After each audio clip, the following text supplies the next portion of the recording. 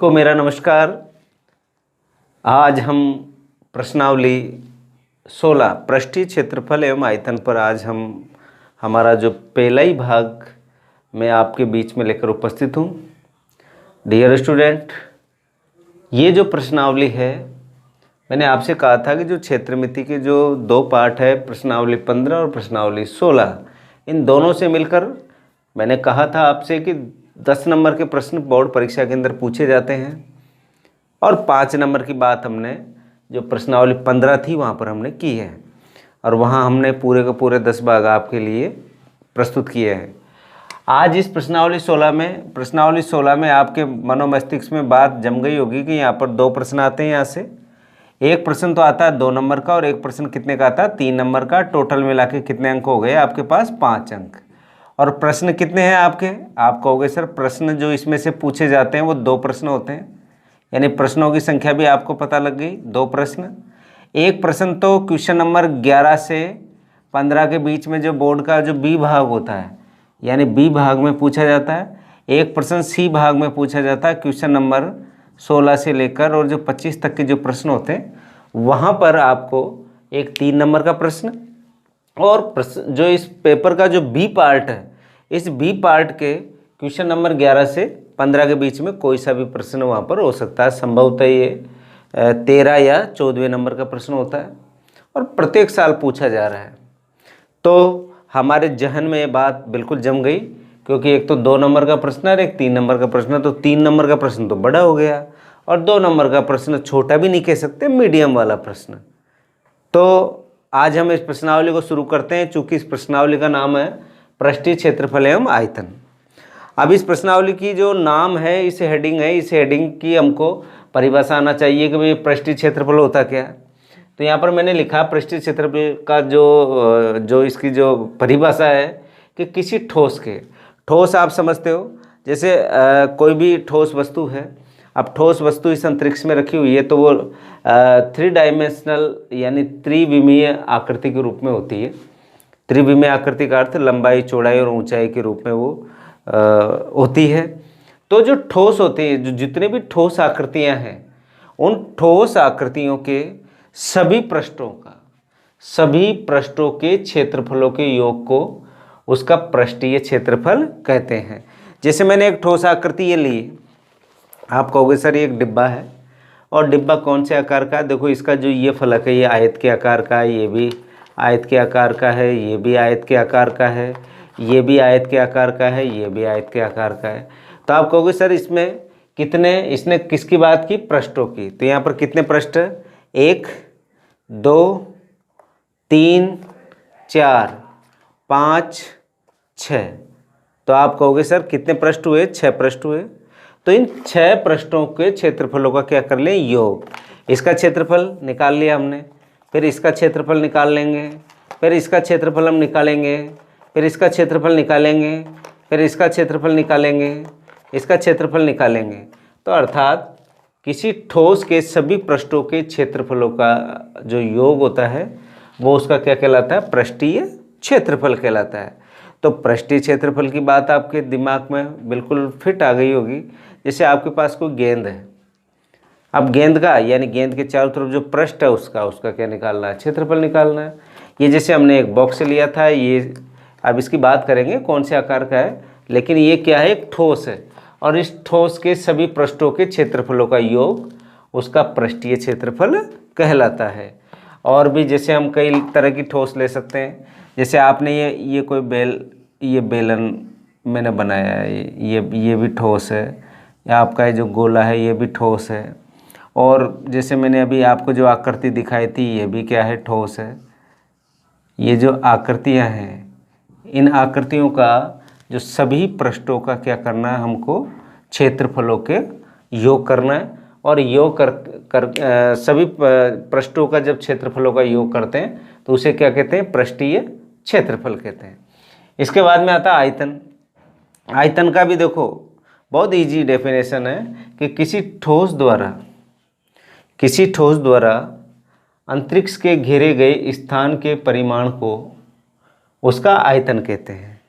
अब देखिए जैसे हमने क्या किया, एक बाल्टी ली, उसमें पानी भरा हुआ है और हमने एक गेंद ली और ये आपका जो गोला, हम जब प्रतियोगिता में गोला फेंक के लिए जाते हैं तो गोला लिया हमने, उस बाल्टी को हमने बिल्कुल फिक्स ऊपर तक, उसकी सतह तक यानी ऊपर तक हमने पानी भर रखा था। अब जैसे ही हमने वो गोला उसके अंदर डाला, वो कुछ पानी बाहर निकल जाता है। पानी बाहर निकलने का अर्थ क्या हुआ कि जितना उस गोले ने जितना स्थान घेरा, यानी उस गोले ने अंतरिक्ष, या तो अंतरिक्ष की बात की हमने, वो गोले को कहाँ पर पहुँचा दिया। आप कहोगे सर हमने तो उसको जो बाल्टी थी उसके अंदर डाला है। तो जितना उस गोले के आयतन के बराबर क्या निकल जाएगा, पानी निकल जाएगा। किससे? बाल्टी से।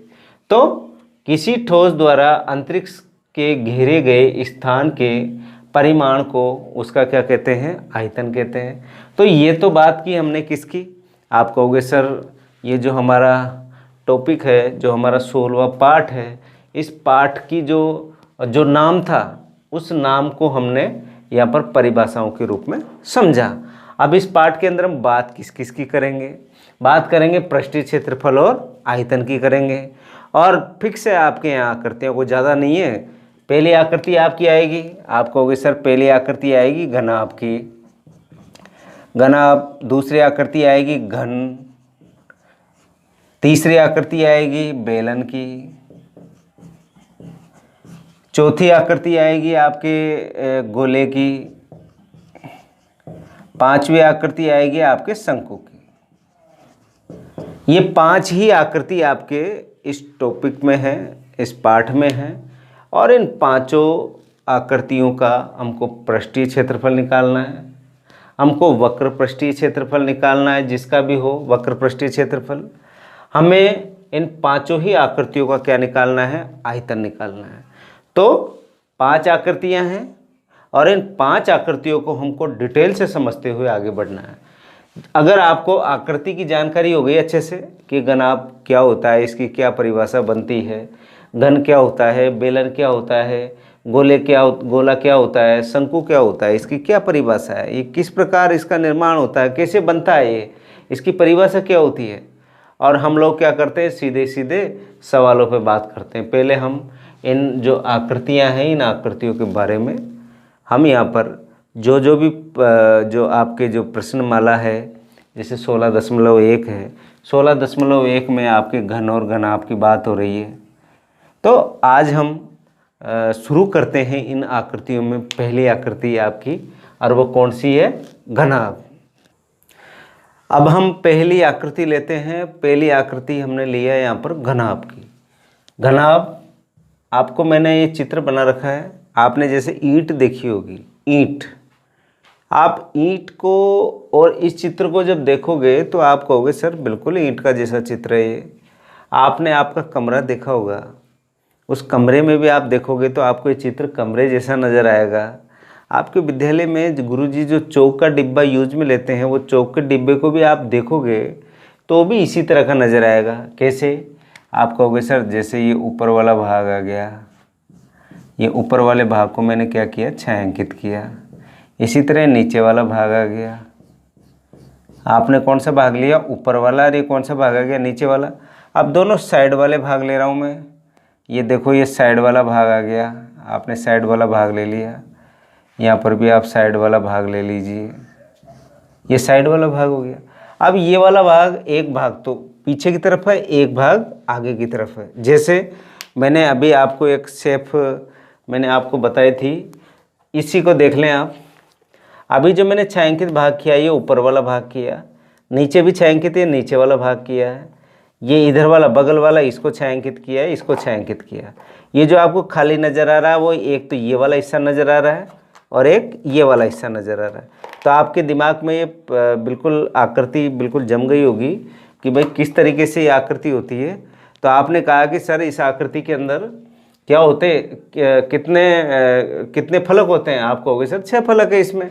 कैसे 6 फलक है? जैसे हम कमरे को भी देखते हैं, कमरे में क्या होता है? एक फलक ये वाला, एक फलक ये, एक ऊपर, एक नीचे, एक फलक सामने वाला और एक फलक ये फलक। तो कितने फलक हो गए? 6 फलक हो गए। तो यहाँ पर जो घनाभ की जो परिभाषा बनती है, परिभाषा यह बनती है कि समांतर षटफलक, यानी कितने फलक है? 6 फलक। हमने सबसे पहले बात ही फलक की है डियर स्टूडेंट। तो यहाँ पर कितने फलक है? 60 फलक, यानी 6 फलक का प्रत्येक फलक आयत हो। इसका जो प्रत्येक फलक है वो कौन से आकार का है? आयताकार का है। आयत हो तो उसे क्या कहते हैं? घनाभ कहते हैं। कौन सी आकृति कहते हैं? घनाभ कहते हैं। अब इस घनाभ में देखो, आप कहोगे घनाभ को आयत फलकी ठोस भी कहते हैं। आयत फलकी ठोस कहने से तात्पर्य इतना सा है क्योंकि इसके जो प्रत्येक फलक होते हैं वो कौन से आकार के होते हैं? आयत के आकार के होते हैं। जैसे ईंट है, ईंट आप देखोगे, आप जैसे पाठ पढ़ते हो ईंट को देखोगे तो आप इसी की जैसे शेप आपको ईंट की नज़र आएगी। जैसे आपने संदूक है, संदूक चाहे छोटा वाला हो चाहे बड़ा वाला संदूक हो, तो आप समझ जाओगे इजी गोइंग संदूक वो है जो सर ने अभी हमको बताया था घनाभ के बारे में। चाहे बड़ी संदूक जो बड़ा बक्सा होता है वो भी घनाभ के आकार का होता है, चाहे छोटी संदूक ले लीजिए आप। कमरा, आपका जो कमरा है, कमरे भी इसी तरीके से जो घनाभ के आकार के होते हैं। इसके अंदर देखो 6 पृष्ठ होते हैं, 8 शीर्ष होते हैं। शीर्ष देखो 1 2 3 और 4 5 6 7 और 8। इसके बाद में घनाभ के आमने सामने के फलक परस्पर क्या होते हैं? समान होते हैं। समान से तात्पर्य ये हो गया, जैसे मैंने आपको ये आयत का एग्जाम्पल दिया था इस डिब्बे का। आप कहोगे सर ये जो डिब्बा है, ये वाला जो डिब्बे का हिस्सा है, ये फलक, इसका क्षेत्रफल और आपके इसका क्षेत्रफल क्या होगा? बराबर होगा। इसी तरह ये वाला फलक और इसके सामने कौन सा फलक? ये वाला, इन दोनों का भी क्या होगा? आप कहोगे सर दोनों समान होंगे फलक। इसी तरह ये वाला फलक और ये वाला फलक, यानी कहने का तात्पर्य इतना सा है कि घनाभ के आमने सामने के जो फलक होते हैं वो क्या होते हैं? परस्पर समान होते हैं। अब ये तो हमने इसकी बेसिक हमने एक परिभाषा के रूप में इसको समझा। और अब इसके देखो कौन कौन से सूत्र हमारे लिए परीक्षा की दृष्टि से महत्वपूर्ण है। पहला ही सूत्र है कि घनाभ का संपूर्ण पृष्ठीय क्षेत्रफल आपसे पूछता है परीक्षा में। तो देखिए इसको याद करने के लिए आपको पता है ये घनाभ है, ये घनाभ की क्या है? लंबाई है, ये क्या है? चौड़ाई है, और ये क्या है? ऊंचाई है। आपको मैंने आपको बताया था, ये आप कहोगे सर जैसे ये आपका घनाभ है, ये घनाभ की क्या हो गई? लंबाई हो गई, ठीक है। ये घनाभ की क्या हो गई? चौड़ाई हो गई। ये घनाभ की क्या हो गई? ऊंचाई हो गई। तो इसमें 3 बातें आई है, लंबाई, चौड़ाई और ऊंचाई। अब यहाँ से देखिए आप घनाभ का संपूर्ण पृष्ठीय क्षेत्रफल अगर परीक्षा में पूछे तो हम बताएंगे 2 कोष्ठक। अब इसको याद करने की एक ट्रिक है, आपको लंबाई, चौड़ाई और ऊंचाई तीनों ये तो याद ही। सबसे पहले लंबाई गुणा चौड़ाई प्लस, फिर चौड़ाई पे फिनिश हुआ, फिर ये लिखो चौड़ाई इंटू ऊंचाई, फिर ऊंचाई पे फिनिश हुआ प्लस ऊंचाई इंटू लंबाई, यानी लंबाई इंटू चौड़ाई प्लस चौड़ाई इंटू ऊंचाई प्लस ऊंचाई इंटू लंबाई। जिस जगह आपका फुल स्टॉप लगे यानी लंबाई इंटू चौड़ाई, चौड़ाई पे फिनिश हुआ यानी समाप्त हुआ है, तो चौड़ाई से शुरू करो, चौड़ाई इंटू ऊंचाई। अब ऊंचाई पे रुके हम यहाँ पर प्लस फिर ऊंचाई इंटू लंबाई। तो ये कौन सा सूत्र हुआ? आप कहोगे सर ये घनाभ का संपूर्ण पृष्ठीय क्षेत्रफल। संपूर्ण पृष्ठीय क्षेत्रफल का अर्थ क्या हो गया? जितने भी पृष्ठ थे, पृष्ठ कितने थे? 6। अब 6 के देखो कैसे निकले, इसमें 2 लग ही रहा है आगे, तो ये पहला वाला पृष्ठ, जैसे हम मान लेते हैं पहला वाला पृष्ठ, जैसे ये आपका घनाभ है, ये पहला वाला पृष्ठ, ये वाला और ये वाला, ये पृष्ठ और ये पृष्ठ इधर वाला, इन दोनों पृष्ठों का क्षेत्रफल बराबर होगा। तो ये लंबाई इंटू चौड़ाई, इसके आगे क्या लगा दिया? 2 लगा दिया। इसी तरह ये वाला पृष्ठ और ये वाला पृष्ठ, चौड़ाई इंटू ऊंचाई हो गया प्लस, अब कौन सा बच रहा है? ये वाला पृष्ठ और ये वाला पृष्ठ, ये दोनों का भी जो क्षेत्रफल होगा क्या होगा? बराबर होगा। तो ये क्या हो गया? ऊंचाई इंटू लंबाई। और ये सब क्या डबल डबल में है, देखो 1 2 3 ही पृष्ठ लिए हमने, है कितने?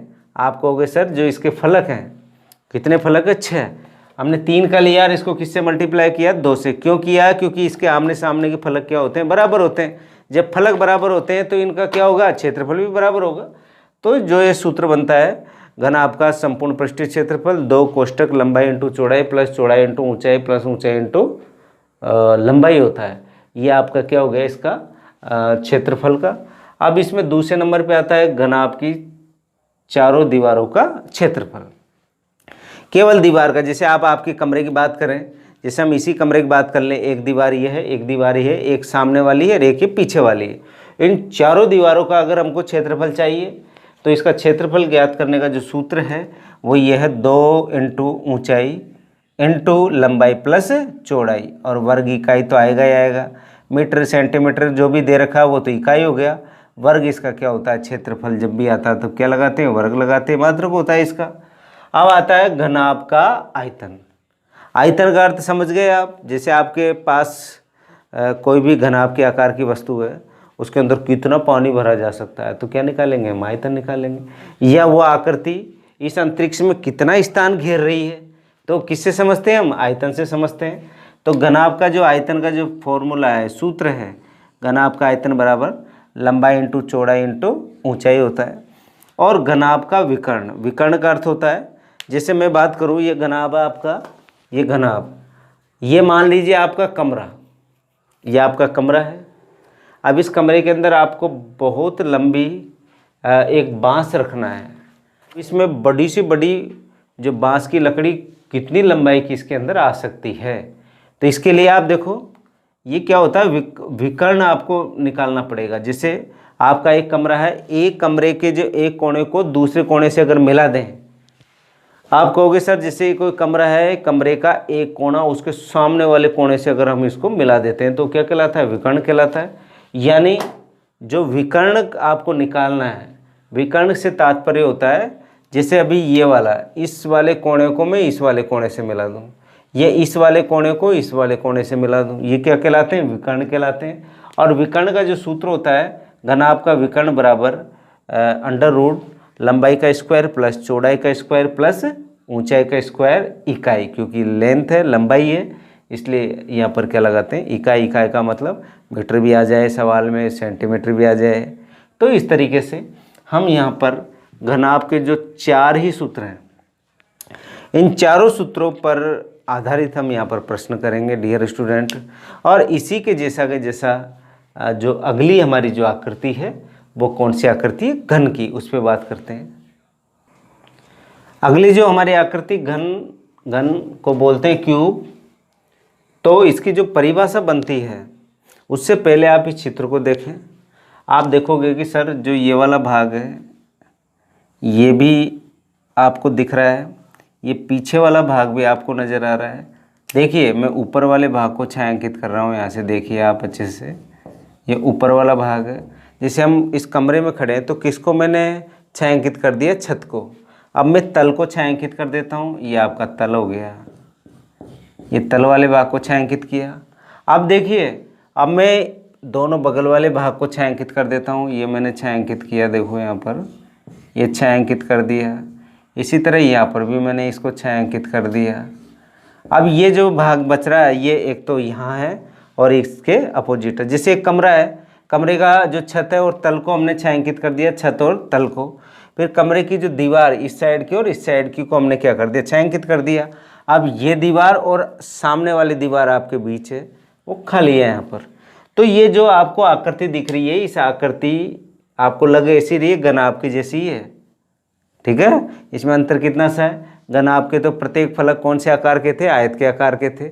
और यहाँ पर जो इसके जो प्रत्येक फलक है वो कौन से आकार के हैं, वर्गाकार है। तो इसकी जो परिभाषा बनती है, यदि घनाभ का प्रत्येक फलक वर्गाकार हो, यानी घनाभ आपको दे दे और उसका प्रत्येक फलक यानी घनाभ के जैसे आकार का हो या घनाभ हो, यानी यदि घनाभ का प्रत्येक फलक वर्गाकार हो, यानी 6 फलक होते हैं, 6 फलक कौन से आकार के हों, वर्ग के आकार के हों, तो उसे क्या कहते हैं, घन कहते हैं।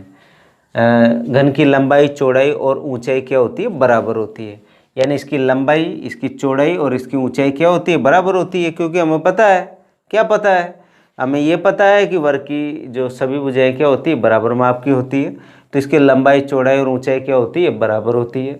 अब देखिए इसमें जो सूत्र हैं आपके पास, यहाँ पर 3 सूत्र हैं। पहला सूत्र है घन का संपूर्ण पृष्ठीय क्षेत्रफल। अब देखिए यहाँ पर कितने वर्ग हैं, आप कहोगे सर 6 हैं, क्योंकि 6 फलक है तो 6 वर्ग। एक वर्ग का क्षेत्रफल भुजा इंटू भुजा होता है, यानी भुजा का स्क्वायर। तो 6 वर्ग कितने जुड़े, किससे बन के कितने वर्ग जुड़े हुए हैं, यानी कितने वर्गों से मिलकर ये आकृति बनी हुई है, तो आप कहोगे 6। 6 से गुणा कर दो, 6 इंटू भुजा स्क्वायर, ये किसका आ गया, घन का संपूर्ण पृष्ठीय क्षेत्रफल। अब आता है घन का आयतन।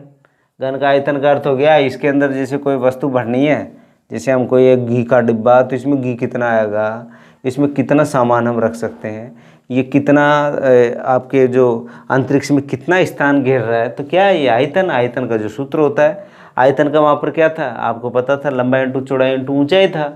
यहाँ पर लंबाई चौड़ाई और ऊंचाई क्या है, आप कहोगे बराबर है, तो लंबाई चौड़ाई और ऊंचाई की जगह क्या लिख दिया हमने, भुजा लिख दिया, और तीनों भुजाएं क्या बराबर है। तो घन का जो आयतन का सूत्र होता है वो क्या होता है, भुजा की घात 3 होता है। इसके बाद में घन के विकर्ण, वही मैंने कहा था एक कोने को दूसरे कोने से मिला दे, ये भी विकर्ण है, इस कोने को यहाँ पर मिला दिए विकर्ण है, इस कोने को इस कोने से मिला दिए विकर्ण है। तो ये जो विकर्ण आपको ज्ञात करना है, घन के विकर्ण की लंबाई, वो इसका सूत्र होता है √3 इंटू भुजा, और इकाई में तो जो भी देगा मीटर दे सेंटीमीटर दे, वो आपको इकाई के रूप में वहाँ पर लिखना है। इस तरीके से हमने घन और घनाभ का पृष्ठीय क्षेत्रफल, आयतन, कमरे की चारों दीवारों का क्षेत्रफल, और हमने विकर्ण की लंबाई पर जो सूत्र थे उन सूत्रों पर हमने यहाँ पर बात की है।